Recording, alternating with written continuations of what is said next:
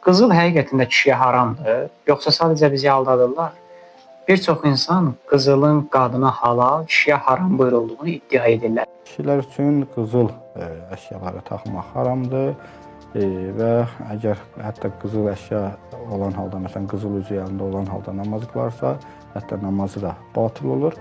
Amma gümüş haram deyil. İslam dinində haram olduğu bildirilən yanlış məsələlərdən də biridir. Hətta özlərini din xadimi adlandıran insanlar da bunu təsdiqləyirlər. Amma əslində bu belə deyil. Gəlin aydınlaşdıraq. Biz bilirik ki, ümumiyyətlə bir şeyin haram və yaxud halal olduğunu yalnız Allah buyura bilər. Hətta peyğəmbərlərin belə bir hökmü olmayıb. Sadəcə Allahın hökmünü insanlara çatdırırlar.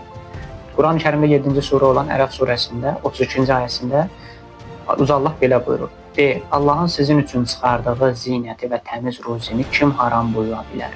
Və bundan sonra Ən-Nəhl Balarası surəsinin 116-cı ayəsində buyurur ki, diliniz yalana öyrəşdi deyə o halaldır, bu haramdır deməyin, şübhəsiz Allaha iftira atmış olarsınız. Burada nəinki qızıldan, söhbət ümumiyyətlə zinət və bəzək əşyalarından gedir və bununla da bağlı heç bir haram hökmü yoxdur. Təkcə qızıl deyil, bir çox məsələlər var ki, İslam dinində bizə yanlış tanıtdırılıb ki, o haramdır deyə. Burada haram musiqi anlayışı da var. Hətta dəniz məhsullarının haram olduğu ilə bağlı iddialar var. Qızılın da dediyimiz kimi haram olduğu ilə bağlı iddialar var və bunun kimi bir çox məsələlər var. Növbəti videolarda bunun haqqında da danışırıq. Ümumiyyətlə bir insanın danışdığı söz hər nə olur olsun, istər din, istər elm, əgər onun əsası yoxdursa, sadəcə söz yığınından ibarət cəfəngiyatdır.